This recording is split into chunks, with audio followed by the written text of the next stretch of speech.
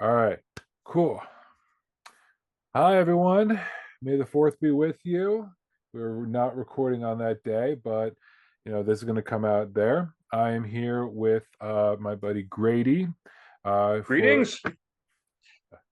You scared me there, Grady. So Grady, tell everyone a little bit about yourself. What are you? Who are you? How are you? When are Well, you?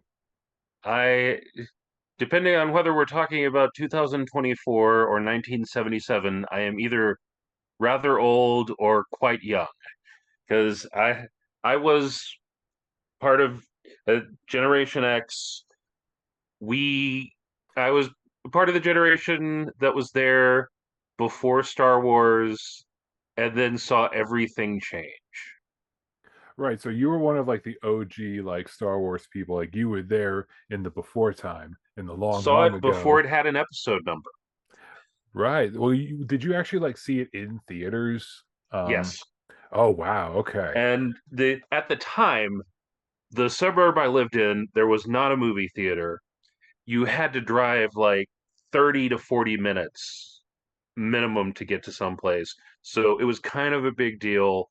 And one day I get told that the a parent of a friend is going to be taking their kid to see this new movie, and do I want to go along? And to give you an indication of what it was like before Star Wars, this was the first time that I remembered hearing about Star Wars was being invited to go see it. Okay, so was it like was it just kind of like people were just like, "Oh, this weird little space movie, like let's check it out." They're like, we heard that this is pretty good. We know you like the science fiction stuff. You want to go along? And it's like, sure, because hey, cool. It's gonna be fun, and And then the rest is it history. was a lot like living through the scene in 2001 when Dave actually touches the monolith, and you go through the lights and colors, and you don't know it. There's a part of you that just has no idea what's going on. It's just screaming, "Holy shit, this is cool!" you know, I gotta ask my mother-in-law if this was the same feeling because she's also a big Star Wars fan, and I grew up in 90, like I was born in 93, right? So Hmm. like I grew up with the prequel trilogy, like that was my thing. Like Jar Jar Binks was my jam. So I knew what Star Wars was growing up. I knew like there existed movies beforehand, and obviously I watched those movies afterwards. And so like I always grew up in a world where there was kind of always Star Wars. Right. Yeah.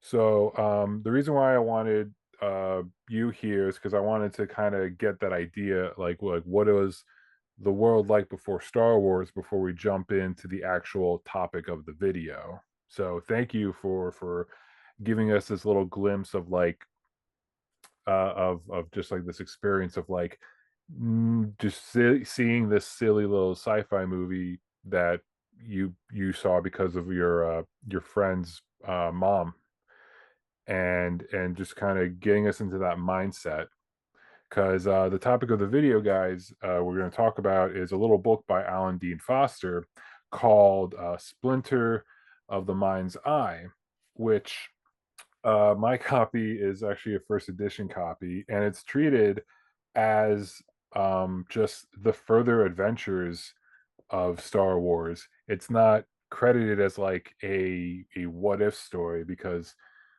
guys, when you pick up Splinter of the Mind's Eye now, that's kind of like the mindset that you have going in because there's so much differences. Grady, when was the first time, or do you remember the first time reading Splinter? It was the year that it came out because, yeah, I'm 9 or 10, and holy shit, there's more Star Wars now. So that's And 1978, right? yeah, so yeah, that's the year I turned 10, and you just see this cover, Luke and Leia, they lying in the dirt, Vader looming over them, and this point of red light shining, and you're like, I have no idea exactly what's going on, but if I don't find out right now, it is going to literally kill me But here you are, surviving to this day because I read it. because you read it. Exactly, I exactly. found out. Yeah, yeah. So, yeah, so Alan Dean Foster wrote this book back in 1978. He was charged with writing this sequel in case the original movie was not the biggest success that it was. Obviously, we know different now. So the book has kind of lived in this kind of existence where it is more of like a what if story of like, this is what Star Wars would have been like before Empire, before everything. And I wanted you here with me, Grady, because I wanted to talk to everyone here about the book, but in that mindset that like, don't think about Empire, don't think about Return, don't think about the prequels, don't think about like the whole expanded universe. Like imagine like 9-year-old Grady here watching Star Wars and the next year finding this sequel novel and there's more Star Wars because this is pretty much the only this is the only other Star Wars story out there.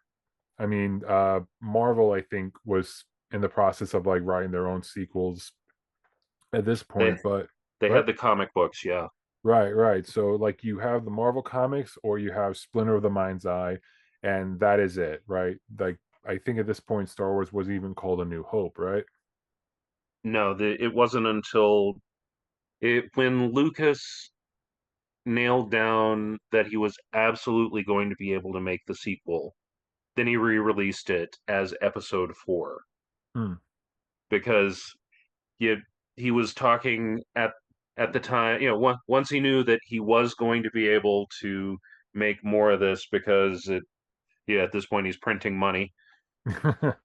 He's like, okay, I actually have an idea for 9 movies, 3 trilogies, and this felt like it could be. Yeah, I when I found out that they were making a sequel, I honestly was expecting it to be the adaptation of this. Really? Yeah, Oh. So then in that case, like what was your opinion about Empire?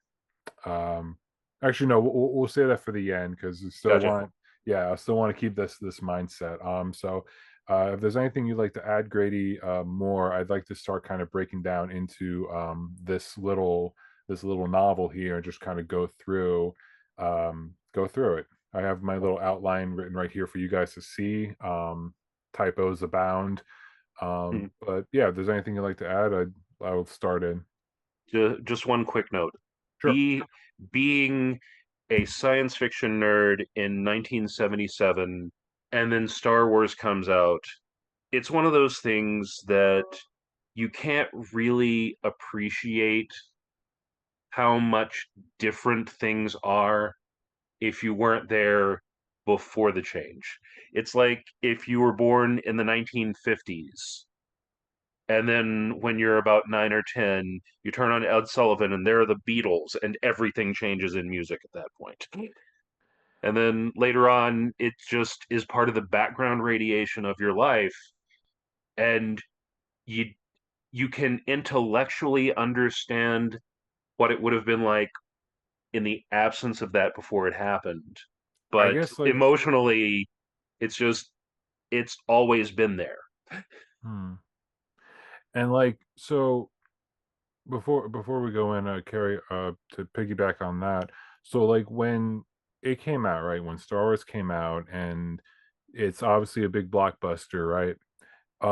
You being a big sci-fi nerd before Star Wars, did this like open up like the idea of science fiction to the mainstream? Like did you like people in the schoolyard talk about like did it open up to like talk about like Buck Rogers or uh any other sci-fi movies that came out Not prior so to much then? the classic ones, but you it. I don't know if you ever saw the episode of that '70s show, which is about when Star Wars comes out. where I've never watched an episode of that '70s show, but okay. So anyway, there because it's set in the 70s and because on there is a huge freaking nerd. They've got an episode where Star Wars comes out, and one of the other guys in the friend group who is not a nerd in any way is, if anything, even more overwhelmed and has to go see Star Wars 50 million times than the main character did. It's a science fiction before this was mostly just nerd stuff, I think and this made it didn't make it, science fiction in general cool for everybody, but everybody had an appreciation for this. I think before this was Logan's Run was like the last sci-fi movie they made before this came out, and like that one's like a cult classic now, but like I don't think like no many people talk about Logan's Run now, but obviously Star Wars came and stuck. Yeah. Yeah. I love the fact that the reason why George Lucas wound up becoming a quadrillionaire or however many zeros he wound up in his bank account is because Fox was willing to let him have all the merchandising rights in return for reducing his salary. Because yeah, there was merchandise for movies, but it's the sort of thing that you'd get about a 3 to 4 month worth of shelf life out of. And Mm-hmm. then like the movie itself, it would fade away because nobody has VCRs yet. Very Mm-hmm. few people have cable. If you have a movie projector and you know where the people that you can rent actual film movies from can be contacted, you can get a movie to watch in your home that way. So it's just So that's nobody it's thought that the merchandising rights were going to be worth that much. Boy, were they wrong. and you know we have merch to this day. And going back now to this sequel, Splinter of the Mind's Eye, this being like it is a novel set in the universe, but it itself is also a product of this Star Wars Hmm. phenomenon. That if we think back to 1978, like this is yeah, this is the only expanded universe outside of the Marvel comics that were coming out at the time. Yeah, So, if you're ready, I'd like to, you know, start talking about the story and the characterizations and everything. I got the whole layout right here. let's go. All right, cool, cool, cool. So, y'all remember in Star Wars, not A New Hope, but Star Wars, it begins with a long time ago in a galaxy far, far away. We don't get that with this book, and I feel like that's kind of like that's a little bit of a missing element, right? Because that was a big starting point of the movie that gives you in this mindset of like what we're watching is kind of like not so much a fairy tale, but like this fantastical story. But this book just like puts you right into the plot. Yeah. Yeah. Um, Story starts off with everyone in space at this point, but they're trying to visit this planet, Mimban, to recruit a group of aliens into the rebellion. Uh, Actually, no, they are passing by Mimban to, and I have no idea if I'm pronouncing this correctly because in the proud tradition of Star Wars, it looks like somebody sneezed on a keyboard. Sarcarpus Major. Sucarpus Major. Oh no, Okay. no, Sarcarpus Major is the star. I think it's Sarcarpus 4 that they're going to because they have there's a very important meeting to try to get them enlisted into the rebellion. They are passing by Mimban when engine failure causes them to have to land there. Well, dang, you just ruined all my notes because I thought the Sorry, planet was called Mimban. uh, no, I they literally read this yesterday to refresh my memory. So That's fine because I had to read this in the span of like 2 or 3 weeks. So, you know, your memory is a lot more fresh than mine, unfortunately. So correct me when I'm wrong. You know, correct me when I'm wrong, because Lord knows nerds being pedantic? No. what? No, no. So we start off with Luke kind of talking as like the main character being introducing here, and to me, like his characterization from just the first movie, like in that movie he's very much kind of like the naive farm boy who's like Hmm. with like this feeling of grandeur, wanting to go off and fight in the war and the rebellion. But here, we don't have Han Solo in the story. It feels like Alan Dean Foster is trying to make Luke be a little bit more like Han. Like he's a little snarky at some times, and there's going to be a story later on where like he really thinks on his feet, and it feels very much like what Han would do in that situation. Yeah. Yeah, you agree? Okay. Yep. Um, He. yeah. It is. Uh, it is a certain amount of it is just the natural progression of him having had a chance to become familiar with the wider galaxy beyond Tatooine and everything. But there is definitely some stuff in here that you can see some of it having inspired what wound up going into Empire with the romantic subplot with Han and Leia. Right, right. Like we'll talk about that at the end about its like kind of weird connections with Empire, but at the moment, like you being 9 years old, like this is the only thing. There is no Empire. Like, did it like does it feel like Luke is a little out of character, or do you feel like this is like a like you said, a continuation of into what would be Empire? Given that he had made the impossible shot and destroyed the Death Star, it did work for me as just some additional character development, especially because in the opening part where Alan Dean Foster is just giving us Luke's internal narration at what he's thinking of as they're flying along before everything goes pear shaped, about how he had been offered, you know, promotions, titles, and everything, and he said, "Actually, if I could just be a fighter pilot." Right, So that, he just wants to fight off in the yeah, rebellion. He doesn't want to he's be a leader. right. He's not the kid that he was. Well, he's not entirely the kid that he was, but he also is like, I know what I'm good at. I just let me continue doing this. Okay. Alright, so you feel that, like, this was more of a continuation of his Yeah. character. I O figured that this is like a year or so after, and he's had a chance to grow and mature some. okay. Also, he was my favorite character in the original movie, and him getting screen time and a chance to be cool, I thought was kind of nifty.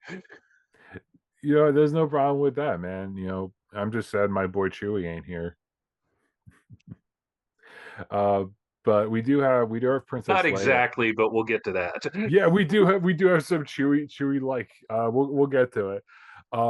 So the next one I talk about was, like, Princess Leia, where, she was another one I feel like was, like, she goes a little bit back and forth where, like, there's a couple scenes later on in the story where, like, she's a little bit of, like, almost like a pampered princess, especially in one scene involving, like, mud and dirt, Yeah, um, and a scene involving, like, characters needing to steal.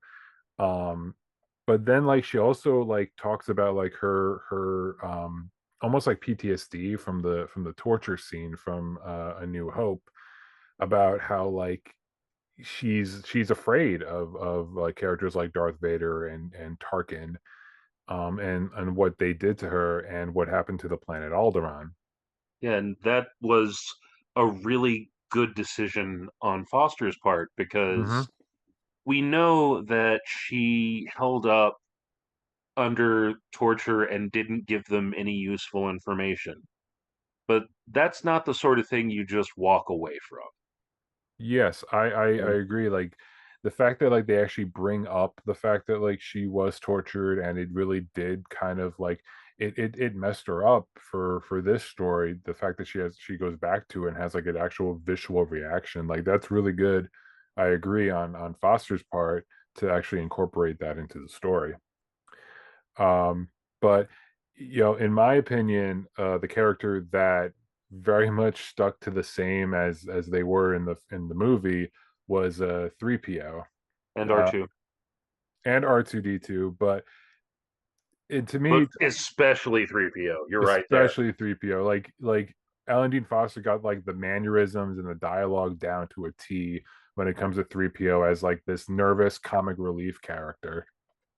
Incidentally, if nobody has, sorry, if there's anybody watching or listening to this that has not read the original novelization of Episode 4, Alan Dean Foster is the one who wrote that. So his access to the script and all the notes that Lucas would have given him no doubt helped him a lot in nailing 3PO's character so well.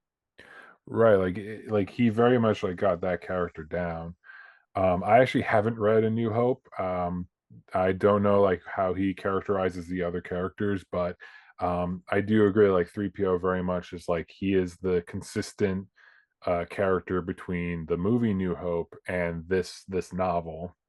But moving on to Darth Vader, I found it very like interesting how like Alan Dean Foster does not make Darth Vader this big grandiose villain by introducing him in the book as Grand Moff Tarkin's henchman, actually, which I thought was like he was always like the big baddie in the movie, in the first movie, and to see him be like called a henchman here is almost like, I don't know, kind of insulting. Well, we all that we have at this point on Vader is just that he betrayed the Jedi, killed Luke's father because Empire hasn't happened yet, Mhm, mhm. and he's just evil. But I do like that this when he shows up, it is the spiritual ancestor of when he shows up in Rogue One. Right, Because right. yes, he's on the Emperor's leash since Tarkin's no longer with us. Mhm. But when we get when we get to the scene where he shows up, I'm like, okay, yeah, this is how this guy exterminated the Jedi Order. Yeah, yeah. Um, it's kind of funny how like I don't think Foster actually, they don't mention the Emperor in this, don't they? Like Tarkin is kind of labeled as like the big head honcho. That he winds up dealing with the planetary commander and is playing a role very much like Tarkin toward him in the movie. It's him to the planetary commander in this one. Right, But yeah, like it's a the, he we don't we never, as far as I know, get anything that explains exactly why Tarkin was able to keep such a tight control over Vader in the first movie. Obviously, there was something there, but this right. is where in this one we're seeing Vader slipping off the leash, and it's like we're getting some glimpses of what we're going to see him doing in Empire, where he is now the one who's calling the shots. Mhm. Yeah, we see It's Vader. awesome. Yeah. So going back to the story now, now we you corrected me on the swamp planet, so here's my notes. Not Mimban is this swamp planet that the that Luke and Leia are going to go to, right? Yeah. They travel there on their TIE fighters and they crash into the swamp planet through a bunch of electrical clouds. And this is where the rest of the book takes place. It's only going to be on this one planet here. And so they escape out of their ships, and they trudge off through the swamp. And here's where they find a mining installation with stormtroopers floating around. And this is where Luke gets the idea to change costume. And I mentioned before, Leia, she feels that stealing is wrong, even though in the first movie, the the beginning scene is her with stolen plans for the Death Star, which I thought was like kind of a break in character. Like, Actually, it's consistent because in stealing the Death Star plans, that was stealing from the Empire.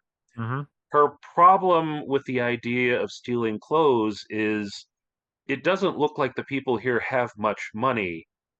Is it really right to break into some poor bastard's shop and steal clothing that he could have sold in order to keep the lights on for another week?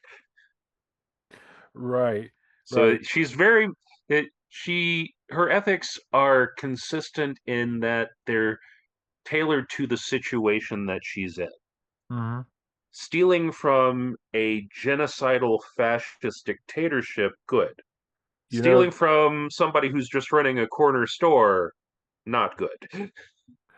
I I agree with you. I agree with you on that. That really would fit in with character. I guess what I wish was this, like, if Leia like made that point to Luke, like if Luke was like, "What? It's stealing. You stole the plans before," and Leia was like, "Yeah, but that was from the Empire. This is not. This is from a shop." That would have worked better. You're not wrong there. No, no. Thank you, thank you.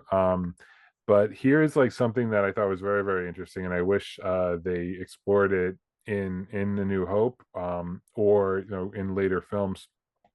So one of the things I really, really enjoyed about this part of the book, that wasn't ever really explored in this movie or any other movies for that matter, is the idea that the lightsaber is like adjustable. Like the blade, you can make it bigger or smaller, and like Luke uses it to break in to steal these clothes. I thought was really kind of interesting and really innovative. He just instead of having the full blade, he shrinks it down to where it's like a few inches long and just like needle thin to cut through the lock. Which, not gonna lie, 10-year-old me reads this and my head exploded. It was one of those. Wait, they can do that? Yeah, like that's a really innovative thing. I know like that kind of negates the idea of like a Jedi being a knight and you come in with this big blade, and now it seems like it's like a utility knife, but a laser utility knife. Yep. Yeah. And the idea that like it's battery powered, so like the idea that like a lightsaber, like, oh shoot, you gotta stop and charge it like it's a phone or something. I thought that was kind of interesting. People who buy replica lightsabers that that have USB ports to charge, they can identify. Oh, I can't relate. I had the old D or C battery powered ones when I was a kid, so we had to change out our batteries. We didn't have these hoity toity USBs. You could cause serious damage with just one of those batteries. Oh yeah, yeah. Put them in a sock, just go. So back to the story. So they steal the clothes, and Luke tells Princess Leia that like she's too clean looking, so she has to like get some mud and dirt on her, and she's very like ew no, and like this I felt was, I guess, like, I don't know, like to me this also felt out of character. The idea that like she's like afraid to get dirty, even though like obviously like the scene in A New Hope where they're all in the trash compactor, like that's not something someone wants to do. But I feel like because she didn't like complain about that, the idea of getting some mud on her like kind of just feels like turning her into like a stereotypical princess. Well, I have a line of speculation on this. Mhm. As we all know, Star Wars was inspired by Flash Gordon and the other sci-fi adventure serials that George Lucas saw when he was a kid. Well, it was actually inspired mostly by Hidden Fortress because the the plot is coming over largely intact from that. But he was trying to recapture the feeling of watching that, which is why you get, you know, the pacing of the scene and setting up the cliffhanger that follows up later. Mhm. This largely feels like Alan Dean Foster is channeling the jungle serials, where it's adventurers going into, eh, and I quote from the way that they would phrase it at the time, darkest Africa, close quote. Yeah, And, there's a lot to female unpack lead is there. always a little bit prissy about the idea of getting mud on her. Mhm, mhm. Right, I can see that being, like, channeling it, but I think the reason why, like, you, me, and a bunch of other people really like Star Wars is that, like, yes, it was a callback to those old serials, but it also was, like, kind of a, not deconstruction, but, like, a circumventing, Yeah, those old tropes. that the part about you, I don't want to get dirty, has not aged well, even though we do get a nod to that sort of thing in one of the scenes with Leia and Han in Empire. Right, right. Alright, um, but right now we're thinking, like, this being the only, Yeah. there is no empire at this point. It Um gender portrayal in 1970s science fiction. It was better than 1930s science fiction, but we still had a ways to go at this point. Sadly, sad but true, absolutely. Um, so going into that, right? So Leia into the story. So Leia is like kind of still kind of clean, but not really. She got some mud on her. And while they're in the tavern, people are like, huh, she's a little too like her hands a little too clean to be a miner in this mining town that they're in this story. And this is the part where I thought like this is a very like Han character aspect, but it's Luke being it, Absolutely. where like he immediately slaps Leia and like yells at her as if like she's a servant, right? Or a slave, or however you want to use the term, but basically like he owns her. And Like, yeah, yeah, yeah, I bought her because she wasn't all roughed up like somebody working in the mine, which, yeah, it's the sort of cover story that works with this crowd, but ouch. yeah, you wrote here in the notes, belligerent sexual tension. What? Yes. Yeah. So again, just to remind everyone, like Empire has not existed yet. We don't know, or Return of the Jedi does not exist yet either. So we don't know like how wrong it is that there is like a thing going on between these two. Yeah, he was at that point, it's just he's falling on some tropes. It's like, look, guys, we didn't know, okay? So in the tavern right now, we're introduced to Old Hala or Old Hala. Like, how do you pronounce it? I always pronounced it Hala, All right, so Old but I Hala. have no idea You know, if that's the correct one or not. well, apparently neither of us listened to the audiobook, is what we're saying. Exactly. Uh, so she comes out like she's first presented as just kind of like this withered old woman, but and kind of annoying to the characters, but then it finds out that she's force sensitive, and she kind of talks in a little bit of like a stilted dialect where like she'll refer to Luke as boy Luke, Yep. right? Yeah. And So I I do love the fact that she is presenting herself as a master of the Force. And when Luke's like, okay, sure, well, I mean, if you're what the can you do?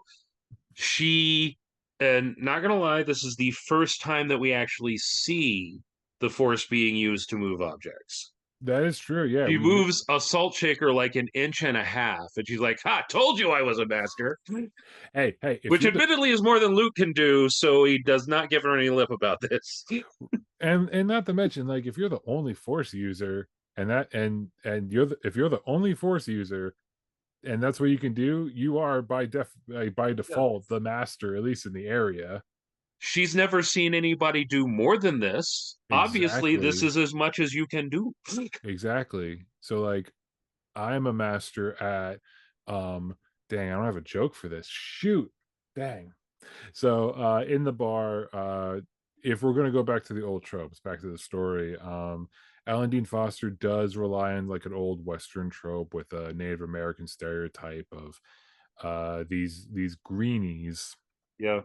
It's like Um, how can you show that your bad guys are really bad? I know. Let's make them super racist.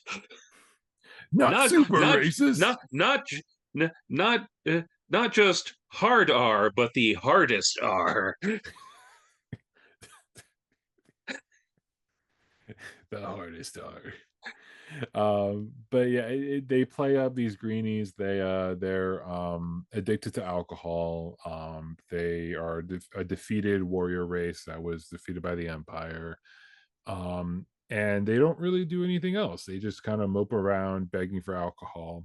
But one of them apparently talked to old Hala about the Kybar crystal, or Yes, yes. And this is the first time we're hearing about the Kyber crystal. And because at this point, they had not established it as each lightsaber has a kyber crystal in it, which is also why it's spelled that way. I made sure that I copied the spelling directly out of the book.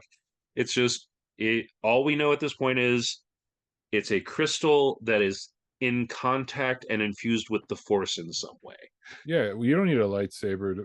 You don't need this crystal to power a lightsaber. It's battery You got powered, man. batteries. Yeah, Yeah, exactly. exactly. You just charge it. Yeah. Uh, Which is probably taken from some of the original concept art where people with lightsabers actually had power packs on their belts that had wires connected to the bottom of the hilt. that would make fighting a little awkward, though. I think if you had it like attached to your belt.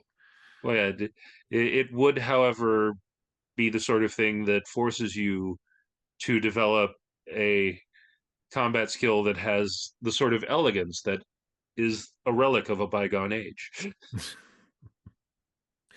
uh, it's a much more civilized time before the dark times. Yes, before the Empire. We don't like we have like an inkling of what the kyber crystal does, right? It apparently like enhances a force user's ability in the force. Luke Yeah. touches it and he gets a little spazzy with it. um And that also essentially acts like shooting up a flare. mhm, And uh I'm just going to keep saying Hala because that's how I've been saying it since 1978. Hala tells him, if there are any force sensitives who work for the Empire close enough, they may have sensed you doing that.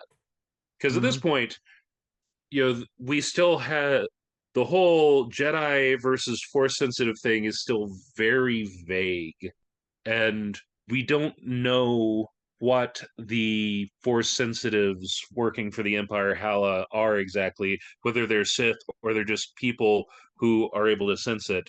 But this is where it raises the possibility that it isn't just Vader working for the Empire with the Force for the first time. Right, so it's suggesting that like the empire has other force users.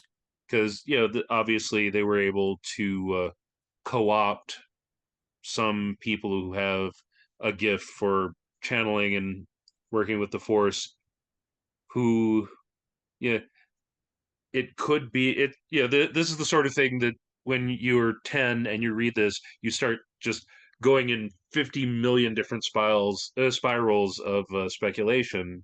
Mhm. It's like, did they actually get more Jedi to turn coat and join the Sith, or what exactly is going on here? Because So this Rule of Two is doesn't exist yet. this just shot your imagination like back and forth when you were reading it as a kid. I wanted to know, who are these force sensitives? When am I getting my book where we get to find out about them? Well, not apparently for a very long time. Sadly, Um, no. Sadly, no. So that's going to be the main quest for the rest of this book is this quest for this Kybar crystal. But before that, you have a story in a tavern, and even the first movie, it knows the rule of sci-fi and fantasy. If you're in a Yeah, tavern, you got to have a tavern fight. yeah. If a Jedi with a lightsaber and a non-Jedi who doesn't have a lightsaber go into a bar, somebody's body parts getting lopped off before they have gotten away from that building. Shenanigans ensue. Exactly, exactly. Though technically this fight is outside the tavern, but I still consider that part of the rule because you're in It's proximity. just outside the door. It still counts. Exactly, exactly. So these goons come out and they start a fight with Luke and Leia.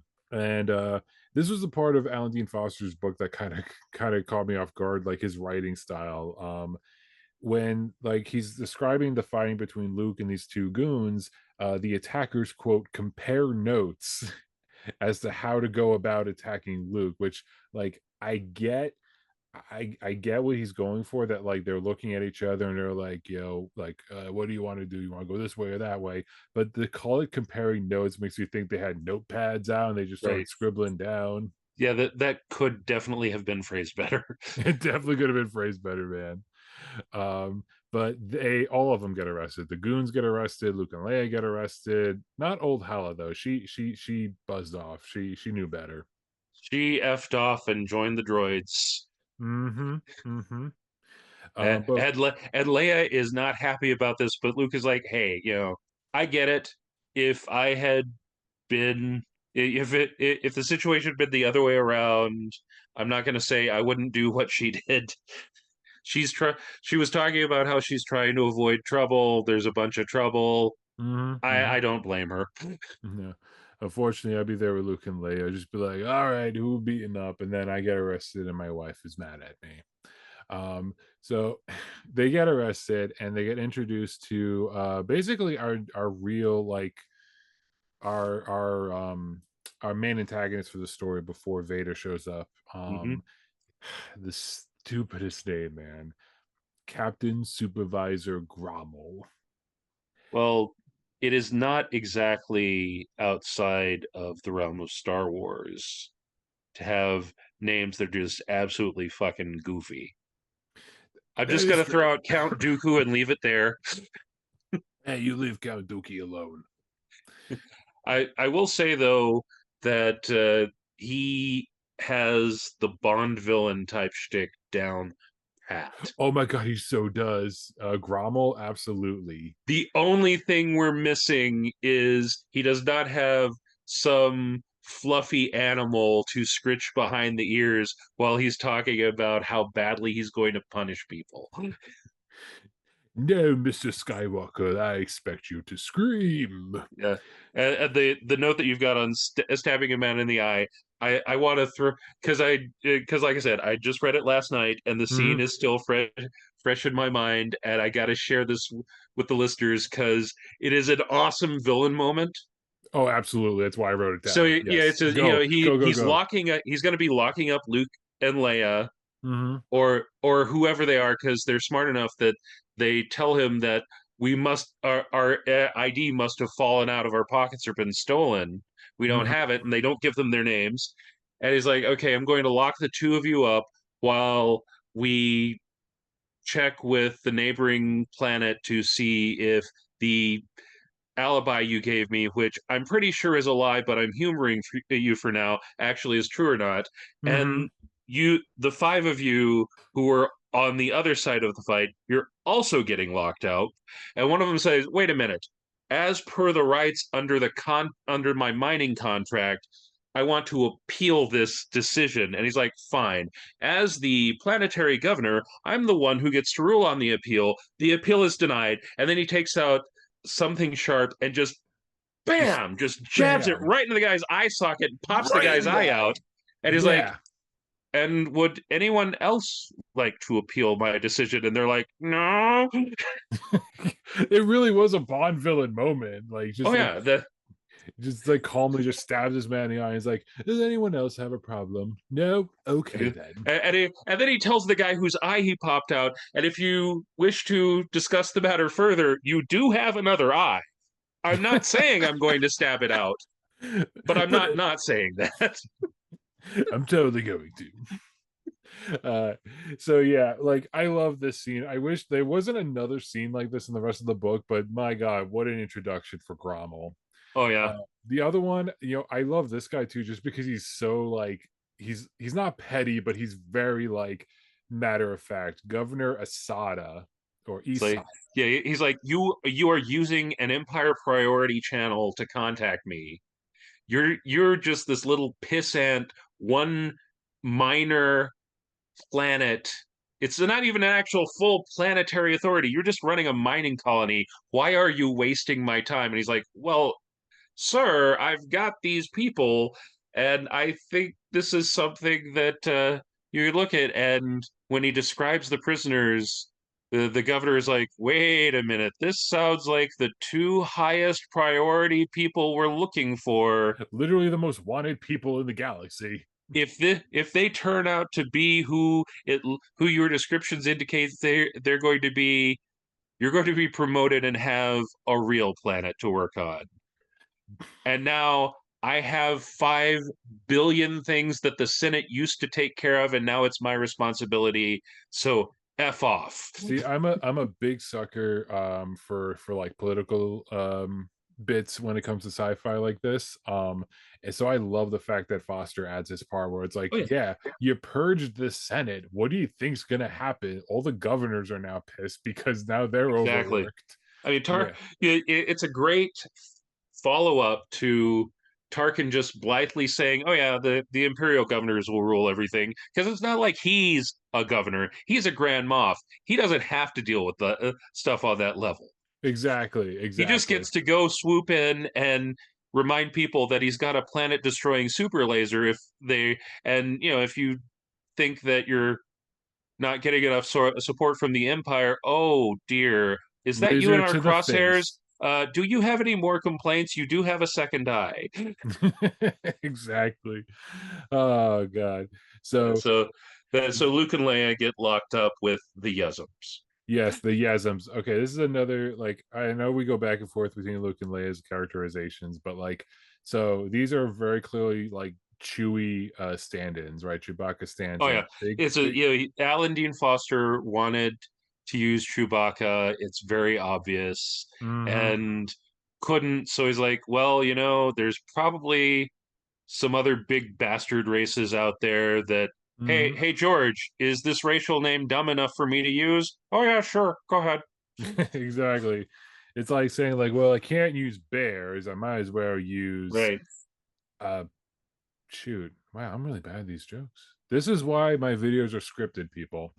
But so yeah, so you have these Chewy stand-ins, and then Luke is the one, right? Farm Yeah. boy Luke out in the middle of a desert planet is the one that like is able to kind of talk a little bit in the Yazim language. He's like, yeah, I It's understand like, it a how little. the hell is well, it's a the from an efficient storytelling point of view, one of the two of them needs to understand a few things. Yeah, what are the two of them needs to have done 3 weeks of Duolingo? But like you would think the one who was raised as a princess and a politician whose job it is to like involve themselves in multiple races in the galaxy. No, she doesn't understand the No. language. Luke, who read occasionally to like escape the realities of being a dirt farmer in the desert, he's the one like, oh yeah, I speak a little bit of this random He, question, yeah, random language. he took 3 weeks of Duolingo, and he Yeah. knows just enough to get by, which goes back to what you were talking about, how he's being the stand-in for Han, Like it would since be Han isn't in the book. yeah, this is a very Han moment. Yeah, Like Han was Han the one who could talk to Chewbacca and understand the native language of Kashyyyk, so Luke gets to be the one who knows a few paragraphs in Yezom. exactly, exactly. So he understands the Yezem, and they become friends. And Grommel eventually shows up, and he's like, "I know you two are important." And this is a funny moment that I read into this, where like Luke and Leia kind of have like a little whisper moment, but like Grommel's right there, and they're using their names, right? Like Luke and Yeah, Leia are referring to each other by their names when they're trying to be secretive to Grommel, and Grommel just for whatever reason can't actually hear them. storytelling, everybody. Because the plot said so, dang it. Exactly. Exactly. Yeah. So Grommel's like, we're going to find out who you people are. And then just storms off. And then old Hala shows up from like behind the prison window. He's like, And there's a 2 inch wide ledge on here. I don't know exactly how I managed not to pitch myself off of it, but this is the only way that I can talk to you and help you escape. mm-hmm, mm-hmm. Which, So which honestly, it comes across as very contrived, but they, storytelling, you know. yeah, exactly. It's just it's raising the question of the fact that we know that there is a window that lets it, that they can see outside. It raises the question of, well, why don't they just go out through the window and try and bypass the inevitable fight that you're going to get if you just unlock the cell and try to make a break for it that way? Well, it's like the ledge is 2 inches wide. You're not going to survive if you try to break out through the window. You know what I call this? I call this a window of opportunity to Indeed. allow old Hala, the master of the Force, to help Yes. them escape. You might even say that she's offering Luke and Leia a new hope. So how does the master of the Force help them escape, Grady? So it turns out that for whatever reason, the lock on the cell is a light beam that when the light beam is interrupted, it unlocks the cell. Of course. And the metal serving tray that the dinner that got pushed through the door for Luke, Leia, and the two Yuzum, Hala is levitating that and is trying to get it. She gets it through the bars and is trying to lift it up enough to get in there. And this is the point where we see Luke moving something using the Force for the first time Mhm. because he concentrates and the two of them lift the thing up, get it through to break the beam of light so that the four of them can get loose. And Holland's like, I left the droids in the garage. Once Uh, I climb, once I find a place where I can climb down, I'll meet you there. So And in then comes Luke and Leia, their idea is we're going to come up with a very elaborate plan where it's the two of us, and then where the the hell did they go? the Yaz's just rushing Leroy Jenkins into the prison fight. Oh god. Yeah, it's shades of you know Han and Chewie chasing the stormtroopers down the hallway and in the Death Star. Mm-hmm. It is a gloriously dumb moment. It's a really good gag. It's a Oh really yeah, good it one. really is. Yeah, Yeah. you know, So we so didn't, Leroy Jenkins as a meme didn't exist yet, but Leroy Jenkins as a concept is a time honored thing. absolutely, absolutely, 100%. So they make it out of the prison. Everyone gets into this big truck like vehicle. Oh wait, because this is another one that is just absolutely gross and Mm-hmm. absolutely delightful. So yeah, they know that there's stormtroopers inside the transport that they want to take. Mm-hmm. There's a ceiling hatch that every so often it pops open, and one of the troopers looks up to look around to make sure that no that the escaped prisoners aren't trying to get there. So Luke is thinking about Oh wait, no, how am I going to get in there, and then this it pops happens later open. on. No, I think this happens later on in the story where like the hatch opens up and Luke is like, "Oh, we need like a grenade, but we have oh, something better than a grenade." actually no, this is where it happens Oh, it because does. Oh shoot. yeah, Okay. so what happens is the Yuzum, when the hatch opens up for one of the stormtroopers to get down, to get out and look around, as the stormtrooper starts to duck down, but before they close the hatch, the two of them just jump down into there. And there's a description of the thing rocking wildly. And then there's a description of the hatch opening and pieces of the stormtroopers being thrown out into the mud. I love the And Yasmins. Leia going, ew. Oh, I love the Yasms. What's a little body dismemberment among friends? So they get in the vehicle. Presumably they wash it first. And they're It looking doesn't say anything about that, so I just choose to view it as they are sitting in the pools of blood. just sitting in a pool of blood.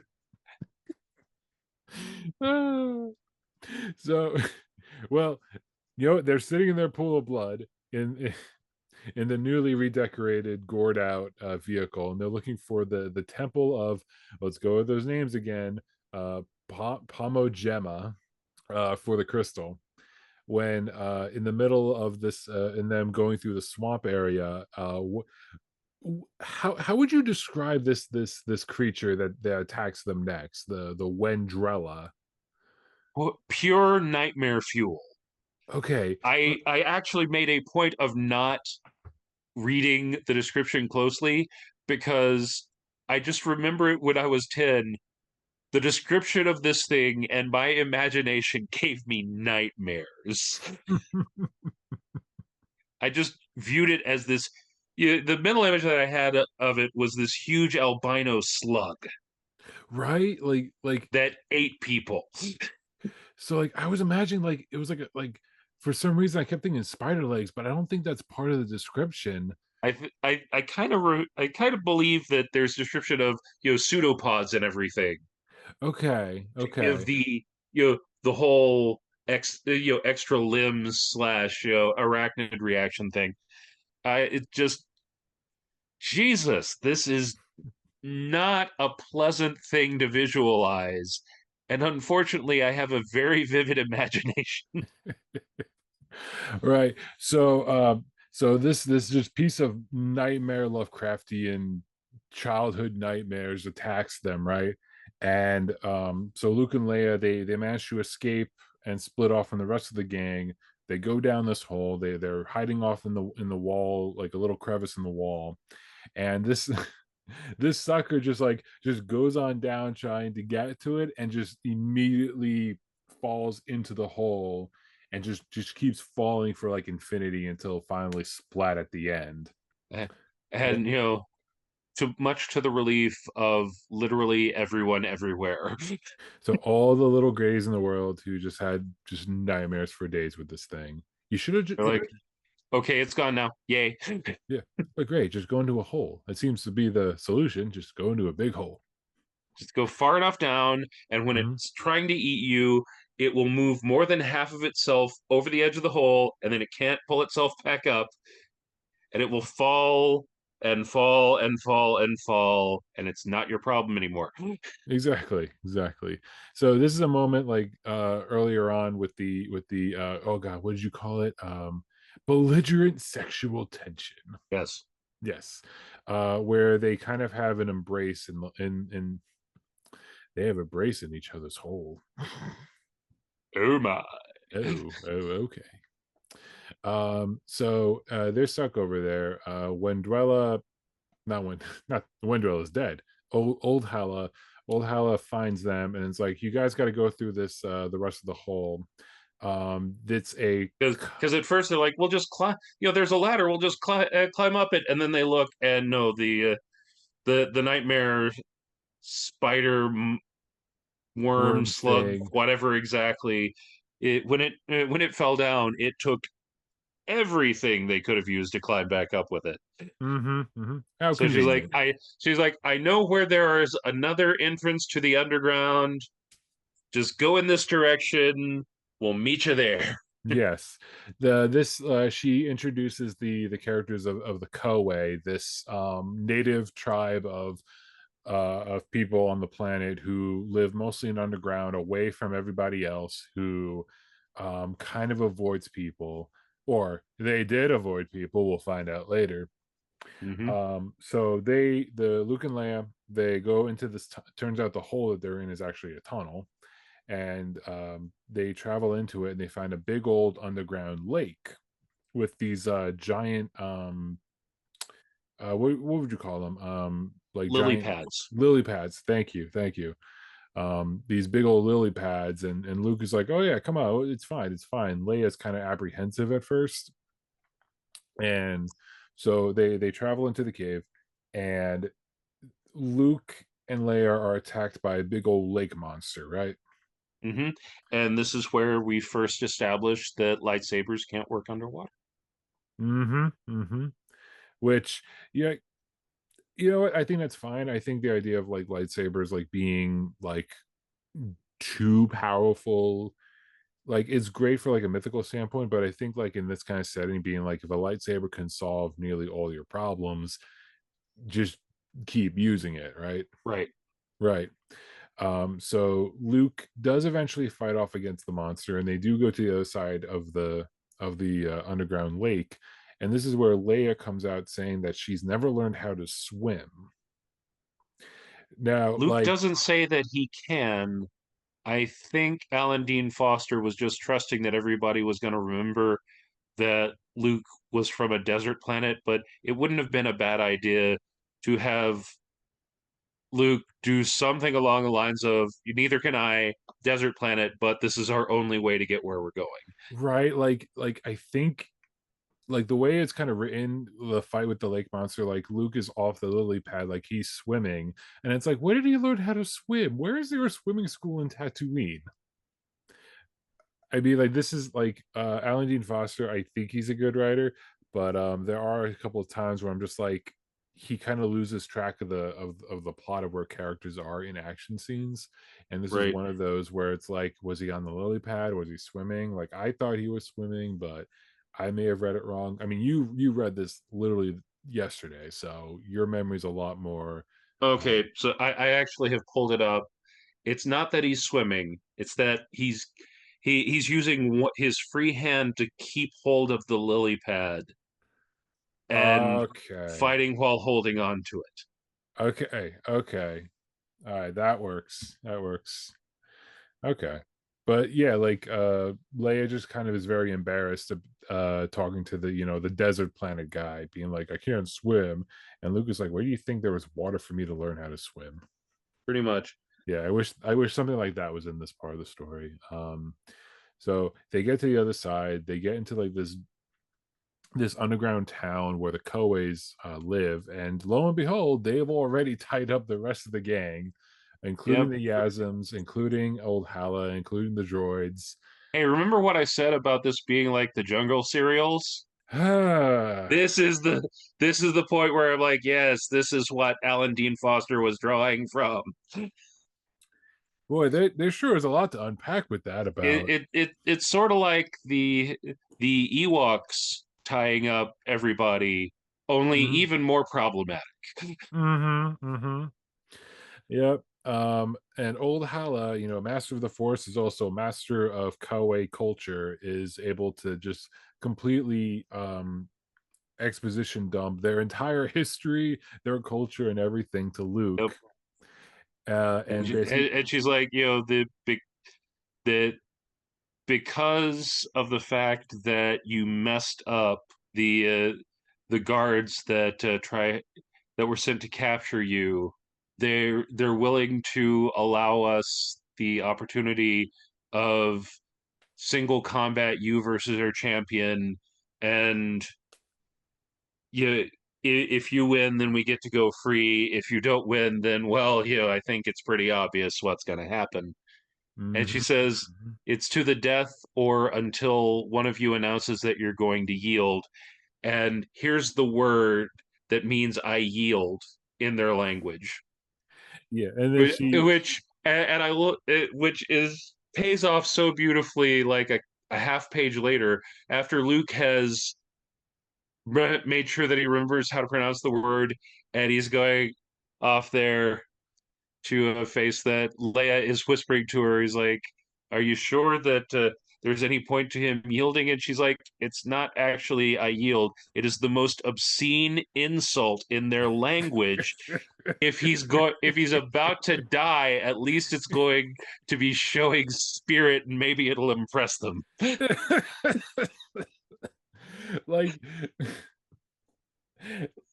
like so Ohala like has an expert knowledge of their language and culture and everything, is able like, oh, I know the best insult to do this in. Uh huh. Right, right. And and just imagining like Luke trying to yield, and the cow is And like, "Ugh." Like, would you say about and my he, and he mom? said, and he's gonna say, well, yeah.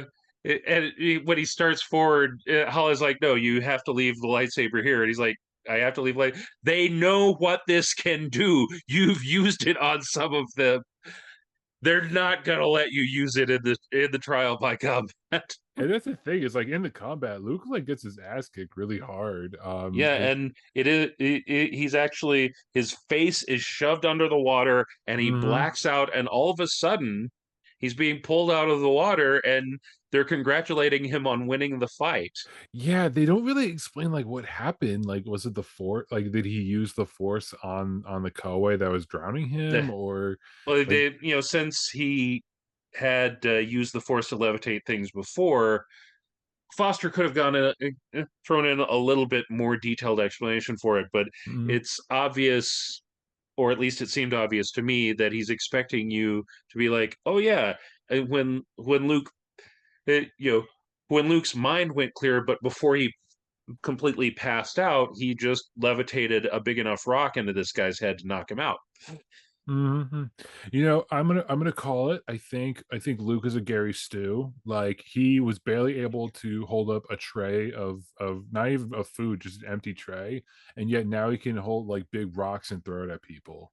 I call shenanigans, Grady. It's your standard standard hero stuff where suddenly you wind up being in a life or death situation and you can do something that you could not do before. But yeah, they really needed to have had something between the prison break and this to establish that that Luke was going to be capable of picking up a rock and hurling it that hard. Mhm, mhm. It it really comes across more of a I'm going to write the hero into a corner that he can't possibly get out of, and then Without have him pull cheating. something out of his ass. Exactly. Luke couldn't beat this guy without cheating. He's a dirty cheater. But okay, so he wins the fight, right? And Yep. then Luke senses Darth Vader showing up. And I like Oh yeah. this. Like this is the first time we're hearing the word Sith being used, right? Like they don't say I that in New Hope. I think there's like one reference to Vader being a Lord of the Sith in A New Hope, but I'd have to double check. Okay. All right. This is the first time that we're seeing it presented in a way to make it obvious that the Sith are the diametric opposite of the Jedi Okay. as far as Force users go. Star Wars. And Star Wars nerds in the comments, tell us in there, like, is this the first time that's called Sith, or is there a reference in the New Hope? I'm with you, Grady. I'm believing you. I think there might been. It's been a while since I've seen a New Hope. the first wave of stormtroopers that try to go after the Koei and our valiant heroes just completely get their asses handed to them. Hmm. Boy, how it is the first time we're watching a primitive group of native fighters beating this advanced empire that's colonizing their Uh, planet. I wonder if George Lucas has inspired this in any way, I know, right? and they do, that, to his credit, Foster does have a line in there about how, because the troopers on this planet are just there for garrison duty and the mines, Hmm. they've got they have gotten lazy and rusty compared to ones that were serving on something like the Death Star. You know, as someone with a minor bit of military experience, I completely 100% understand that.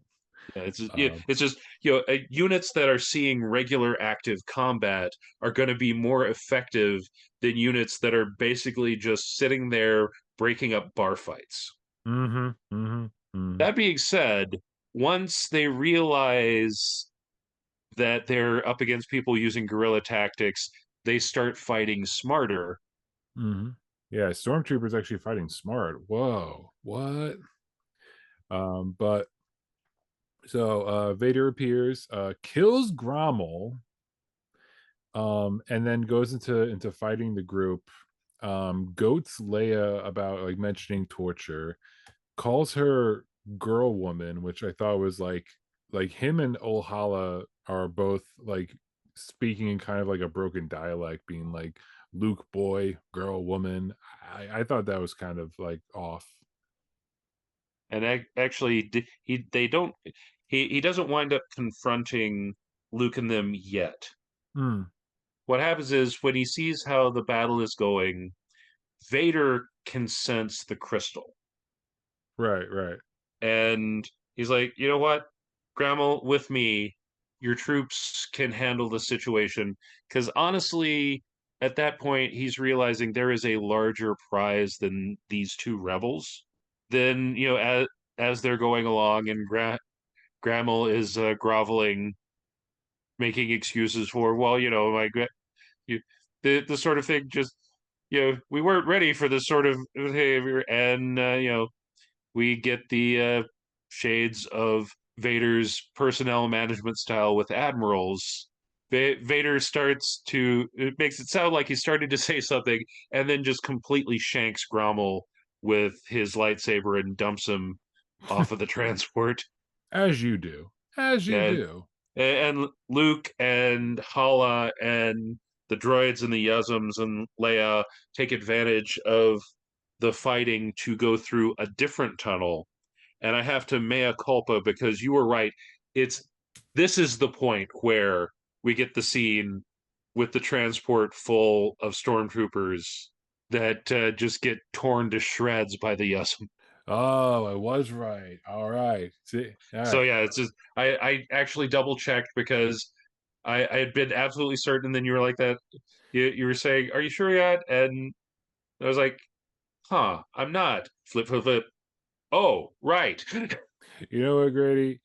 If it's nice, do it twice. They should have had two Exactly. scenes of Yezin just Yeah, tearing the apart the stormtroopers. the first one is the first one, they had Paula saying, "I know how to drive these things," and immediately backing it into a wall. And she's like, "Okay, it's a little complicated than this, but I can figure it out." And then the second The one, that's when we have Yasm people who are trying cannonball. to be cautious but leave the hatch open just a half second too long Hmm.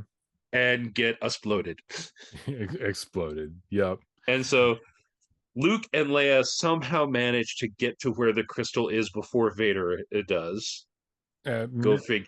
My Honestly, there's only two reasons why this happens, and they are both, this is how stories are structured. Because the The plot said hero so, the Grady. hero gets to the MacGuffin, and then the villain shows up. And yeah, that's what, yeah, they Hala, Luke, and Leia leave the Yuzums to guard the entrance to the temple, and they go, and right as they're almost there, a piece of the temple, because the structure is really old and has become unstable, bunch of rock becomes loose, and some of it falls and pins Luke onto the floor. Mm-hmm. Mm-hmm. And that's when Vader shows up, and he says, "Oh, by the way, your friends that you left outside to protect you, they didn't even put up a real fight. And And now I'm going to insult you and talk about dragging you back to torture you some more, so that we can just have Leia do more PTSD flashbacks." and by the way, I'm totally not your dad. Yeah. So like he Because technically, at this point, he wasn't yet. nope, nope. There's no mention of that at all. And like I love the taunting. I love like the threatening and stuff. Like it feels very like mustache. Like if Vader had a mustache underneath that mask, I Yeah. feel like he'd be twirling it at this point. It's the Um, sort of thing that, not having seen any of the later development in Vader's character, it works. It's just he is the big scary evil guy. mm-hmm. And, like you said, it works. It definitely it works. Like I mentioned, like the whole like "come girl woman," like that's Yeah. it's a silly line, but like overall, Vader's still like big and threatening and stuff. He's 13 feet tall, and it's James Earl Jones' voice. Exactly. Yeah. But eventually Luke does get out of the pin, and they do have a little bit of a Because one of the Yuzum didn't quite die, stayed alive just long enough to pull the rock off of Luke so that mhm, he can, activate his saber and and then go have the big fight.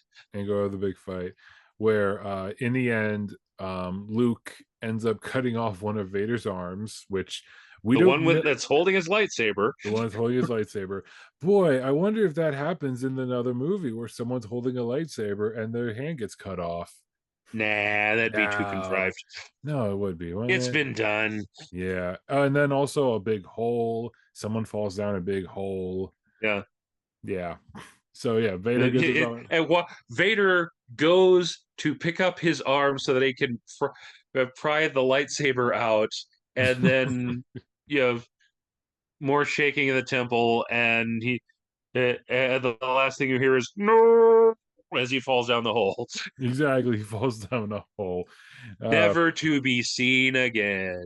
nope, never again. Now Just we like have how in the original Star Wars movie, his TIE fighter gets shot and spins off into space, never to be seen again. And I'd be surprised they didn't mention that in the book, being like, "Do you know how long it took me to fly back?" actually, there is a part where he's like, I know that you're the one. I know that you're the one who shot my fighter down, and I'm not happy about this. Oh, that's right. He And did say that. and and here, and then we get to a bit that just blew my little 10-year-old mind when I read it. Hmm. Leia has died from That's. what happened, and Luke is dying from the injuries that he sustained in the fight. Hmm. When Hollis shows up with the crystal, and she's like, you know, I've been talking a big game, but I know I'm not that much with the Force. I know that. What are you talking about? She's the master of the Force. Well, no, this is the that yeah. I'm joking. This I'm is the point joking, man. I'm joking. where she owns up to the fact that she she whether or not she realized it at the time that it was bluster, she is admitting that it's, and she gives it to Luke, and it heals Luke, which makes Luke realize that he can use the Force to heal Leia. Hmm. So first appearance of Force healing. Hmm. And we know what the Kyber crystal is capable of. Yeah. And so with the two of them alive, they go back into their vehicle and they drive off into the forest with C3PO having the last say. Let's see, I got the book right here. R2D2 starts the engine. Hala swung the massive machine around, plunged into the surrounding jungle mist. And C3PO says, "Why do I have the impression that everyone is laughing at me?" Um, Presumably because like he doesn't like understand like what went down, right? Like Yeah, that. it's just he missed some details, and he's like, I have the feeling I missed something important. Got the credits. Yes, people fucking died, and then a glowy rock brought them back. As you do, as you do. In all great science fiction stories, glowy rocks. Yes. Yeah, with glow rock science. Yeah. So I don't know about your copy, but my copy is a first edition, and this being 1978, the book actually ends with a call from the Department of Energy to help you conserve Nope. oil. Nope, just No, me. the physical copy that I have, which I could not locate, and that's why I bought an electronic copy, Hmm. was a first edition. Had that because we had the oil crisis in the mid '70s, Hmm. and If only they and had it's Kyban it's an crystals, man. interesting exactly could just could just heal your gas tank in your car. Exactly, exactly. So that was fun. That is the story of Splinter of the Mind's Eye by Alan Dean Foster. I wrote down some final thoughts here. I thought, well, you go first, Grady. You tell me Yeah, what you think, man. it's it is good. It's a it's good for what it is, which is the sequel being written in the early days when a lot of things were still undefined. Hmm. We get some realistic characterization in Leia and the trauma that she's still suffering from what she was put through in the first movie, which we never really get a chance to deal with that in the original trilogy movies because there's so much going on and you only have so many minutes that you can devote to any one thing. Yeah. So Leia's characterization is great, and there's a bit where she's telling Luke about why she decided to join the Alliance. That Hmm. is a beautiful bit of characterization. I'd like to read it because it I don't think a summary could quite do it justice. So Sure. Yeah. Go says ahead. for her part, the princess seated on the immediate left appeared to be enjoying the entertainment considerably, while the celebration is going on of the Koei after the fight. And so Luke is curious about this, and she says, "That's one of the things that's so wrong with the Empire. Its art has grown as decadent as the government. Both suffer from a lack of creative vitality. That's what originally drew me to the Alliance, not politics. Politically, I was probably almost as naive as you. When I was living in my father's palace, I was utterly bored, Luke. Examination of why I found nothing entertaining led me to discover how the Empire had stifled any original thought.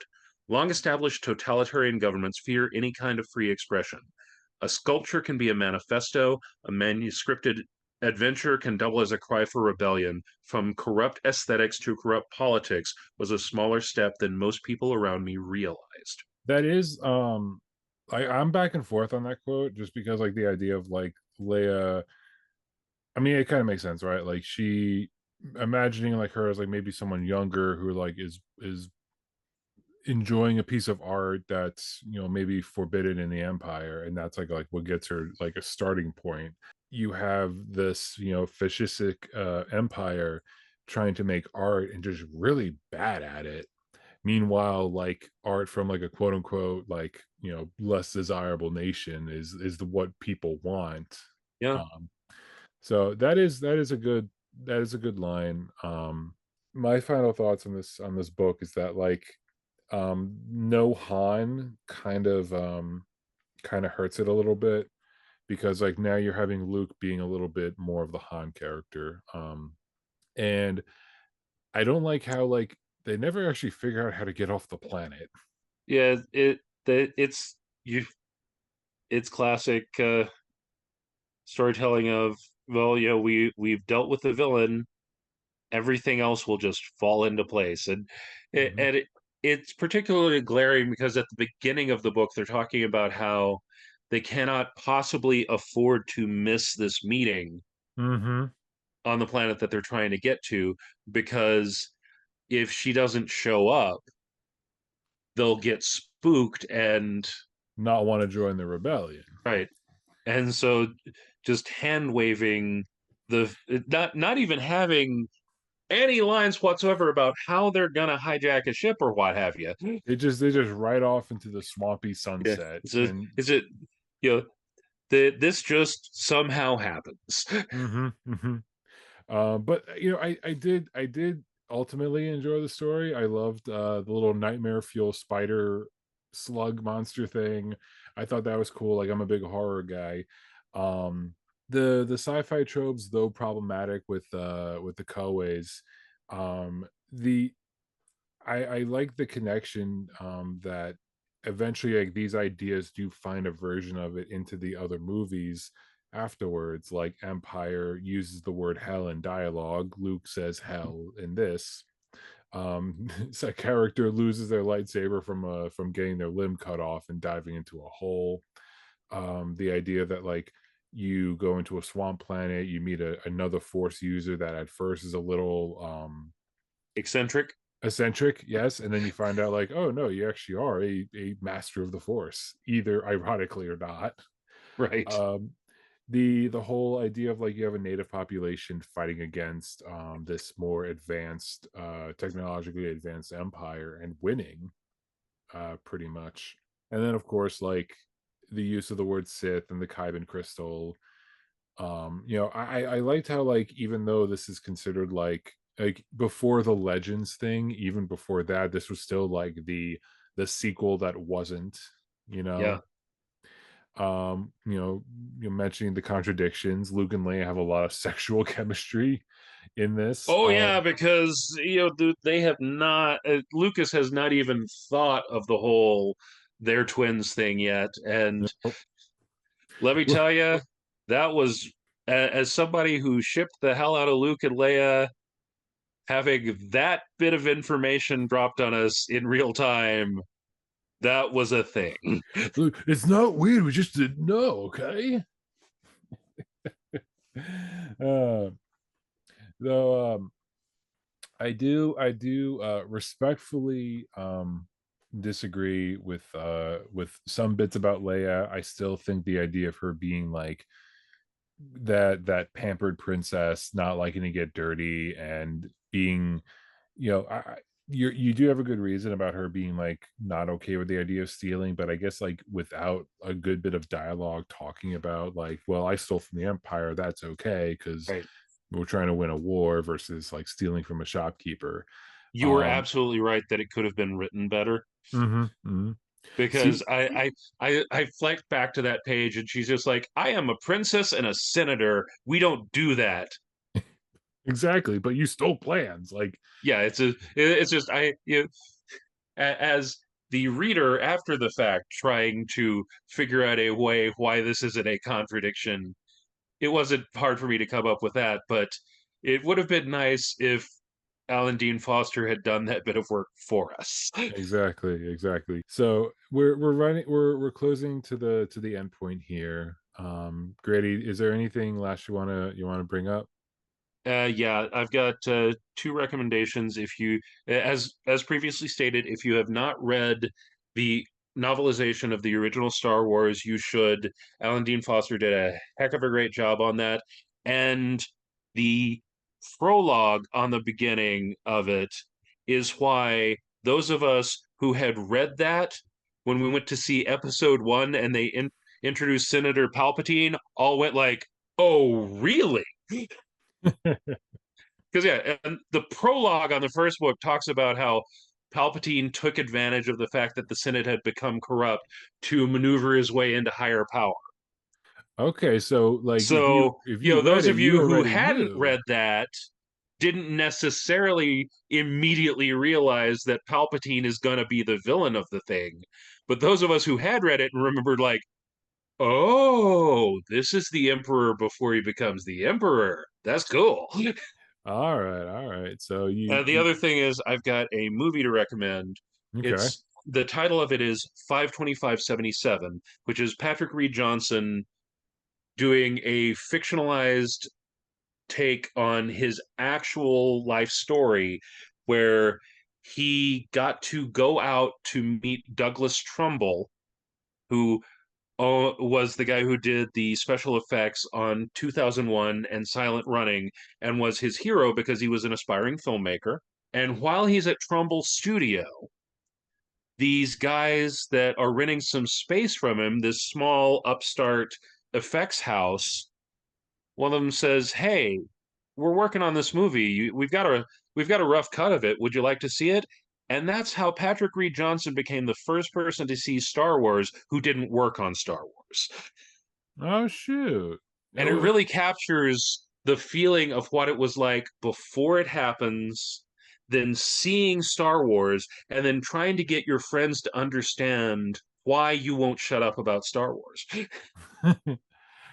that's so it's called 525. 52577, because that's the date that the movie premiered. Okay. All right. No, And that sounds it, actually really its interesting. theatrical premiere on May 25th, 2017, the 40th anniversary of the movie coming out. And I saw it then, and it wasn't until last year that they finally got a distribution deal for home video and DVD. That's actually really interesting. I gotta check that And out. And of and course, so it was like going through the experience a second time because I see this movie and I'm like, oh my god, oh my god, oh my god, and no one could see it for like So 6 years after I saw it. I was going nuts. so you're saying that like the movie kind of feel like it recreates that vibe that It's like what I based asked on in the his beginning. actual life story. Okay. So 525.77. Okay. I definitely will check that out. And the novelization. So is there anything you'd like to plug before we close in? Nope, I'm on Twitter. I argue with people about politics and comic books and stuff. Good man, good man. All right. If anybody is has morbid curiosity and still is on Twitter, you can find me at SnakeBitCat. Okay. Snake Bit Cap. And you can find me on this YouTube channel, like and subscribe. This is a new thing we're doing is this idea of like live videos talking about books. And if this is something you guys want to see more of, hopefully I'll get better at being more live than I am now. Let me know. Grady, thank you so much for sticking around and sticking with me after all the technical difficulties I we had. Thanks for the chance to reminisce about what it was like back in the day. Yeah, awesome. All right, thank you, man. Everyone, happy have May the Fourth be with you, Always. and always with you, and also with you. All right, so take care. Bye. Bye.